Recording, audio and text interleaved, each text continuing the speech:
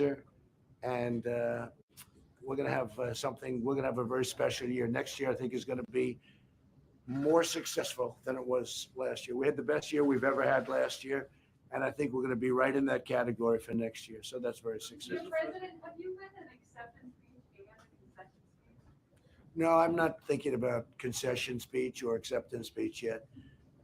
Hopefully, we'll be only doing one of those two. And winning is easy. Losing is never easy. Not for me, it's not. But I think we have, when you see rallies, the likes of which in the history of this country, probably in the history of the world, nobody's ever seen before. There's a tremendous love going on in this country. And there's really a tremendous unity. There's a tremendous unity. Nobody's ever seen that, where you take an airport and the airport's not big enough to hold the crowds.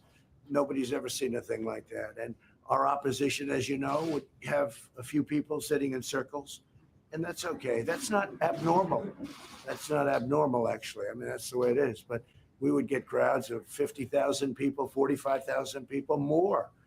Nobody's ever seen anything like that. So it was an honor. They're great people. These are people that they appreciate what we did. And they also remember before I got there and before we all got there. This group has been with me. A lot of them are very young, but they've been with me, many of them, for a long time, right? A long time. And I really came here to thank you all. And then I'm going to say, and get immediately back to work.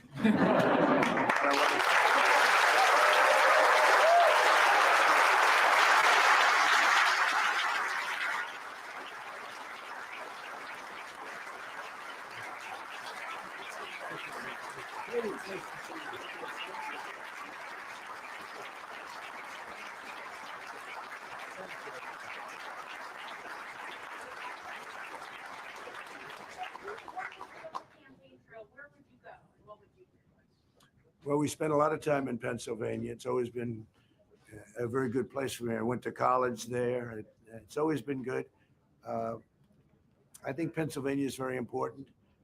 Florida is very important, obviously.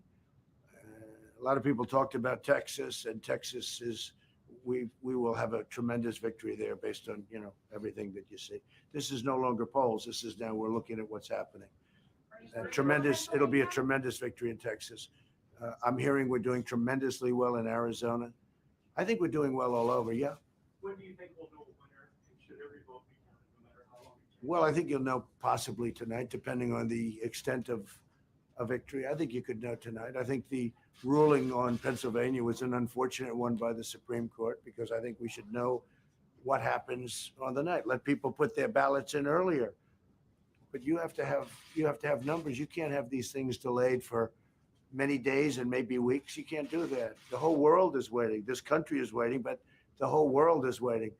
And a lot of shenanigans, a lot of bad things happen with ballots when you say, oh, let's devote days and days, and all of a sudden the ballot count changes. And you take a look at Philadelphia, the history of Philadelphia politics. No, I don't put people on their honor code. I don't think it's right. And I think it's a very dangerous thing that they've done with that decision.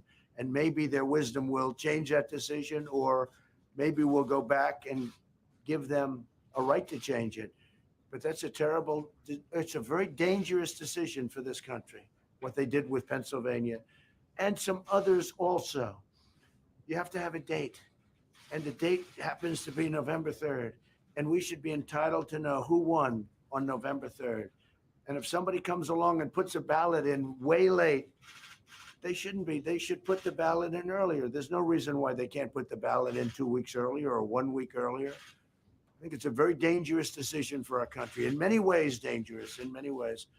Yeah. Will you speak to the American people tonight, regardless of the outcome or not? Well, I may. I mean, we're going to have to see. We have a big night planned. We're going to have a very big night. I just think we're going to have a tremendous, I think we're going to have, look, I'm looking at different locations, and we're seeing lines of people, and they're wearing a lot of red material, including hats. But no, we're seeing in certain areas that would be Trump areas, we're seeing lines of people that are extended for miles. You're seeing it too. I mean, you don't have to say it, but you're seeing it too. So I think we're going to have a great night, but it's politics and it's elections, and you never know. I can say that Texas, Arizona. A few of them are looking really very, very strong. Florida, looking very, very strong. They spent hundreds of millions of dollars in Florida.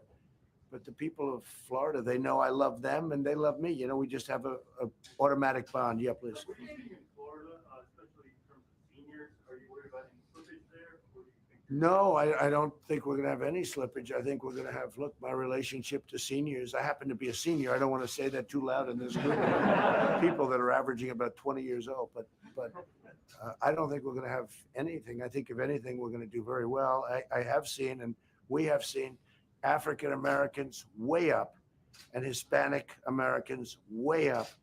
And people have seen that. And, you know, I've said with regard to African American, the black community, I've done more than any other president with the exception of Abraham Lincoln. And sometimes I say with the possible exception of Abraham Lincoln, but let's give him a lot of credit, right? But I've done more than any other president in the history of this country for African American, the black community. And they understand it. Criminal justice reform, prison reform, historically black colleges and universities. You look at what we've done, opportunity zones with Tim Scott, South Carolina, who's great. Nobody's done what I've done in terms of the African American community. So, and they see it. And they're tired of being used by the Democrats for 100 years. I mean, it's like been 100 years. So I think we're doing very well there. And I've heard we're doing very well with the Hispanic community. Did you put any of your own money into your campaign? What's it? Did you put any of your own money into your campaign? Well, you'll see that in the filings. What, But we had plenty of money, I will tell you. We had plenty of money. And what I didn't do is call up Wall Street and say, send me 25 million to the head of every firm. I could have done that. I would have been the all-time king of fundraising if I did that. But once you do that, you can no longer deal properly with them. You just can't. So I didn't do that. We could have done that. I could have raised much more money. I mean, Hillary Clinton spent much more money than I did. And in this case, when they raise that much money, that means to me they're making deals. And that can happen. So thank you very much. We'll maybe see you later. Have an exciting day. And for you, I just appreciate everything you've all done, and we'll see you soon, okay?